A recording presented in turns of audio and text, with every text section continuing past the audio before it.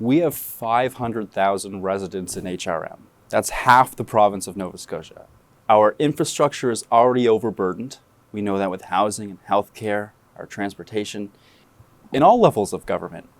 We need to say, I was wrong, that was my fault, and I'm going to improve myself on this next time. I find these brand name politicians, they may have experience, but they have bad experience. We need better communication to make sure that there are advanced surveys and polling, not just one town hall at 4 o'clock on a Thursday afternoon that nobody can make it to because they're just leaving work. We need to make sure residents can have their input, whether it is going on the app, whether it's calling a number, whether it's going in person and filling out that physical form. Your input matters, and it should be displayed for your community. Welcome back to Community Update, where we bring you the voices shaping our community. And today we are joined by Riley Murphy, a community leader and the former manager at the Seaside-FM, one of the top community radio stations in Canada. Riley has spent nearly 5 years in community media and is now stepping into a new role, ready to tackle some of the Halifax's biggest challenges. He is here today to talk about his journey, his vision, and how he plans to make Halifax a better place. It's good to have you in the studio, Riley. Thanks so much for having me, brother. Yep. I want to start with understanding basically what your experience was like when you managed Seaside. And, as a matter of fact, you probably had a lot of experience there. We're having this chat before the interview. Let's know exactly what approach, what lessons you've drawn from managing such an institution to coming into politics. Right? Sure. So I'll give you sort of the whole history. I started as a student, and I eventually got hired on part-time as the production manager. I was working 2 jobs at the time, production manager for Seaside, and I was working as the morning news voice for 24 radio stations in all the Maritimes. Right. So then the founder of Seaside, he passed away, and just before he did, he asked if I would take over for him. Wayne Harrott was a great man and a great mentor to me. So of course I was happy to do that for him and carry on his vision. So 4 years passed, and that led me to here. But during those 4 years, there was only 2 full-time employees. I had to wear every single hat. Whatever you can think of in the radio industry, I was there. And I managed a team of 30 volunteers. These volunteers, much older than me, much more experienced in the radio industry. But it was through my leadership and the way I was able to inspire them that made us come together as a station and be recognized by the NCRA, the National Campus and Community Radio Association, as a real force in the community radio sector. Wow. It was such a wonderful experience. I learned so much from the volunteers, from the staff, from our listeners. We attended almost every community event we could. And while there, I learned so much about Halifax, about the issues that residents face, and really what needs to be done to fix them. Right. So when this opportunity arose and Mayor Mike Savage said that he was stepping down, I saw my opportunity to jump into the race, put myself out there, and be the change that Halifax needs. Let's talk about stepping into politics. Haven't set the tone for the conversation this evening. You haven't formally made it known to what political party you belong to, and one would wonder how you have come to such a big stage to become a mayor within such a big city too, with diverse people.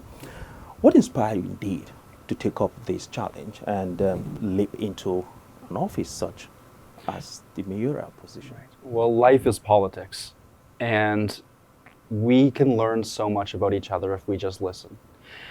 I believe I have a strong leadership background in order to take our city forward. And I think that there is a decline in our city services right now that needs to be addressed. I believe I pose as a real alternative to the voices that are out there right now, the brand name politicians. And people can look at me and say, well, what experience do you have? You're not a politician. Well, I am a politician, and I'm your politician. I'll be your voice and this community's voice and HRM's voice if you let me. I find these brand name politicians, for lack of better words, we're calling them brand names because people know them more than me maybe. They may have experience, but they have bad experience. And they have a track record that is out in the open for everybody to see. My track record is there as well, and it's successful. And it might be smaller scale, but we can scale that up. Right. And we can make things happen for everybody. You mentioned housing, healthcare, and government accessibility as major issues within our community in Halifax. Yeah, precisely. Can you expand on how you plan to address those challenges? Yeah. Unfortunately, the way that the municipality and the province works, there's a sharing of services, we'll call it. Right. So housing falls under the provincial umbrella, which means that, well, they have more power to do things than we would. Mm. But that's not always the case. There are things the municipality can do to make our city work for us. One of those things with housing I would propose is incentives for landlords who charge affordable rate. Right now, affordable rate is 20% below the market value, which I still don't agree with. I think it should be lower than that. But if a landlord charged you affordable rent, they should get some sort of incentive on their property tax to do such. Because we know, okay, we can pick on landlords all we want, but at the end of the day, they do pay a lot for these properties and they have to upkeep the properties, so they're paying out of pocket, and then that cost will fall on the renter. Eventually. If we incentivize affordable rent, then everybody can win. I'd also like to look at lowering property taxes for our young families, for our seniors, and for people with low income. Aside from that, we also need to streamline our permit process. Everybody always says cut red tape. What does that mean? HRM has been trying to do this for as long as I can remember. And while they are working on it, they need more oversight, in my opinion. And as your mayor, I will personally chair these meetings and make sure that things are working the way they're supposed to so that we can build more housing faster. When it comes to healthcare, again, it falls under the provincial umbrella. There are things that the municipal government can do to help. One idea that I propose is an opt-in extended healthcare benefits plan, which is not taxpayer funded. It would come out of your, if you choose to, out of your pocket. So that means that if you don't have workplace benefits, eyes, ears, extended mental health benefits, extended dental, that the municipality would have a program in place where you can opt into it. And because the large scale that it would be, the amount of people, we could have 10,000, we could have 100,000 people in this group, your rate would shrink. Because when I was working for the community nonprofit, we had 2 full-time employees, and they said, I'm sorry, you can't get a benefits plan, there's not enough of you. But if you hire a third person, then you could pay $400 a month.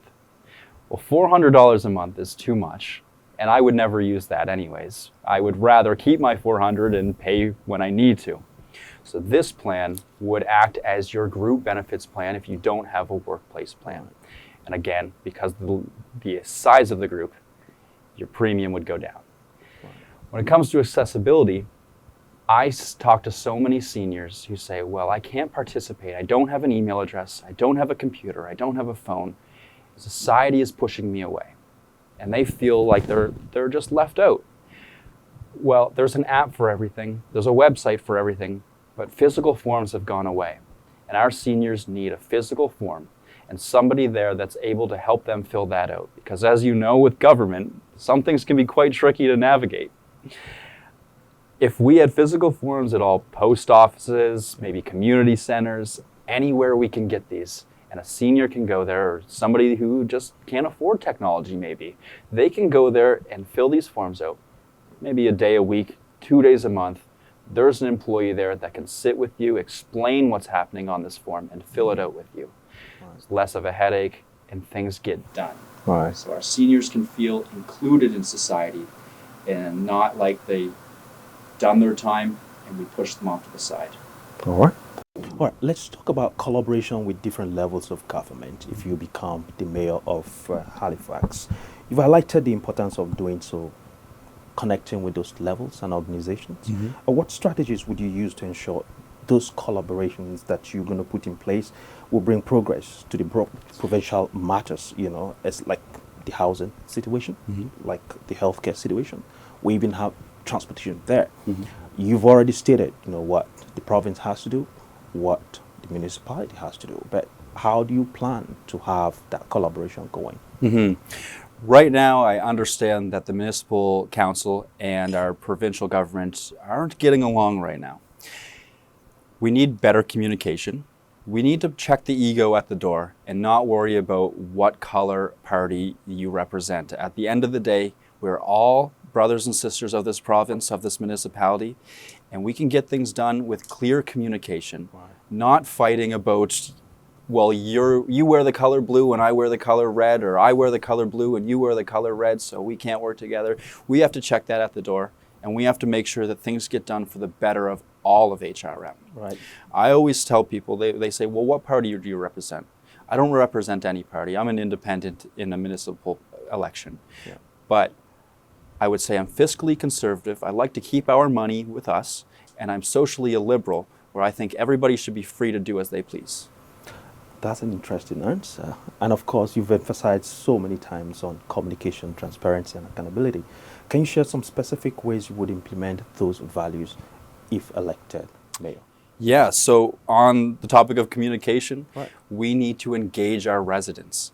One of my, we'll call them pillars of this election, one of my pillars is to make sure that there are advanced surveys and polling, not just one town hall at 4 o'clock on a Thursday afternoon that nobody can make it to because they're just leaving work.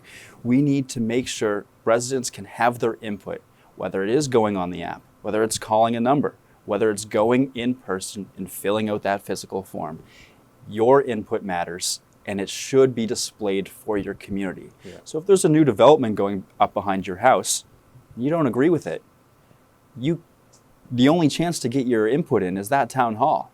It's not fair. We need to have these other channels that you can give your input and display it for your community. And this should be real time. If it is an app or a website or in person, you should say yay or nay, and then right in front of you, this is X amount of percentage said yes, they want the development, X said no. And that's how we engage our residents. When they feel like they're listened to, they'll contribute more. Absolutely. On the topic of transparency, well, so often we hear about where did that money go? How come this isn't paid for? How come? Right. If we had more communication, the transparency would come along with it. Right. And then with accountability, there's an awful lot of finger pointing in all levels of government. We need to say, I was wrong, that was my fault, and I'm going to improve myself on this next time.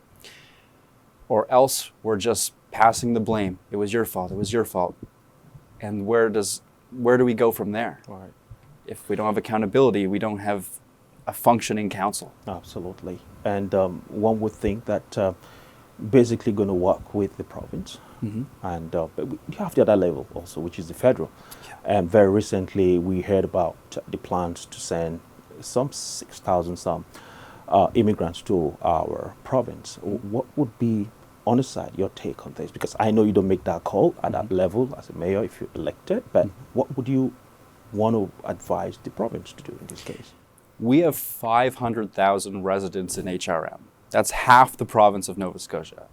I don't take that lightly. Our infrastructure is already overburdened. We know that with housing and healthcare, our transportation. I think it's 180% transportation is overfilled right now. 180%. Once we get these things under control, then we can look at allowing more people to come in. But it's not fair to you or I, because we're already struggling here. And it's not fair to the immigrants that we're promising them a better life and we have nothing to offer. Premier Tim Houston has pushed back against this plan to send, I think it's 6,000 immigrants to or all of Nova Scotia. Right.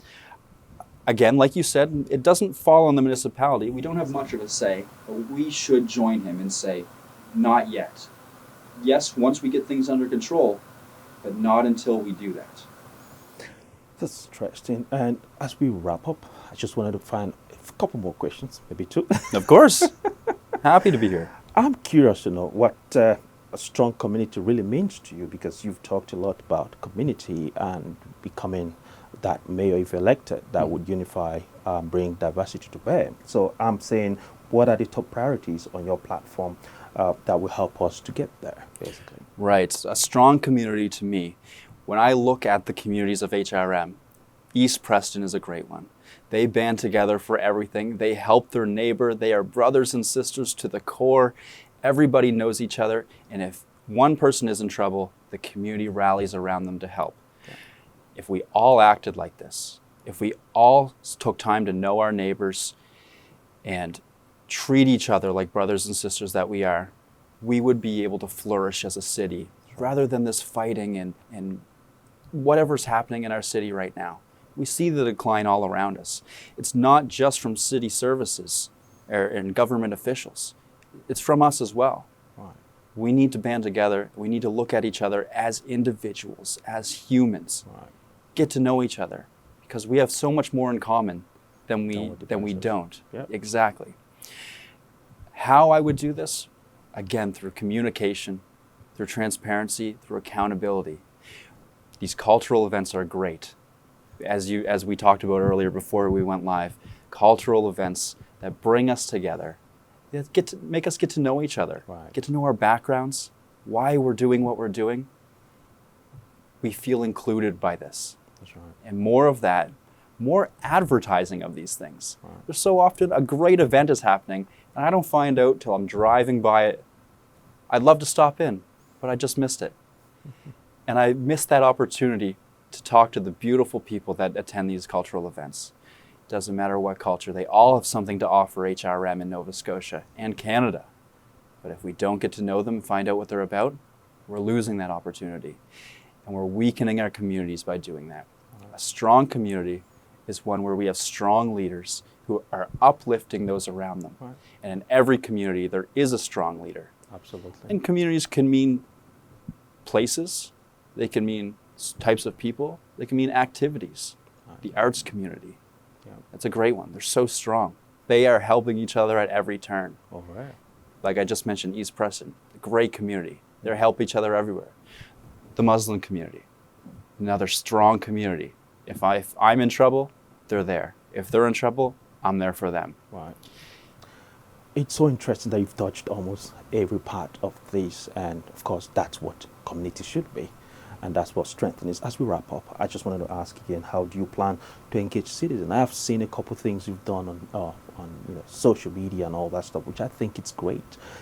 So how would you engage with citizens in your vision for Halifax? Because you're definitely going to lead in this vision realization, especially those who feel disconnected from politics. Yeah, so many people feel disconnected and disenfranchised. There's, again, no one blanket solution. Right. What appeals to you, what maybe doesn't appeal to me, but it can get you engaged. If you knew that your input had any type of sway in decision making, you would be the first one there to say, yes or no, I agree with that, or I don't agree with that. But because we've seen for so long that these town halls just don't work. There's a situation in Eastern Passage with Heartland Point where they want to put a military testing facility there. And it's going to damage our lobster fishing industry. It's going to damage the environment through the migratory birds. It's going to damage our surfing community and the people who walk these paths. And the community rallied together and said, this isn't right. And they weren't heard. And they're going ahead with this project. It's things like that say, well, why would I vote? Because you don't listen to me anyways. And every politician gives lip service. By that I mean they make promises that they can't keep. They want to tell you things to get you on your side. Well, as your mayor, I promise to take every input at its core and have it influence our decision making. Because if the citizens aren't happy, then nobody's happy. And if we're only working for big-time politicians, if we're only working for the money and not for the people, everyone's going to lose. And that's how our city declines. All right, absolutely. So, Riley, you've taken care of all the questions I have for you today, but I'm just going to leave you with our viewers. If you have final words for that, but before then, we didn't see you absent at the debate. Do you want to make any comment on that? Yeah, very unfortunate that I wasn't invited to participate in the debate last night and an upcoming one with the chamber. It seems that organizations and media organizations have already made up their mind who they think will be the next mayor of Halifax, which is undemocratic. We live in a democratic society where every voice matters. And to exclude any candidate, there are 16 candidates, to exclude any single one of us is undemocratic and doing a disservice to all. Not only are they telling the candidates that we don't matter, they're telling our voters and potential voters that they don't matter. And if we are complicit in this, then we erode democracy and trust in everything. All right. I'm Riley Murphy, and I'm running for mayor of HRM to be your voice on council. As your mayor, I will include you in our decision making. I will make sure that there's no decision that gets made without community consultation. And I will actively chair these meetings to make sure that progress is happening and things are getting done. I ask you, please, on October 19th, vote Murphy for mayor, and we can make HRM work for us. Thank you so very much for joining us and sharing your vision for Halifax. Thank you for having me. Indeed, we're wishing you the best as you go on your campaigns. Hopefully. Very much appreciated. All the best then. Thank you, brother. Take care. And to our viewers, be sure to follow Riley's platform and stay informed about the upcoming elections. Until next time, this is Community.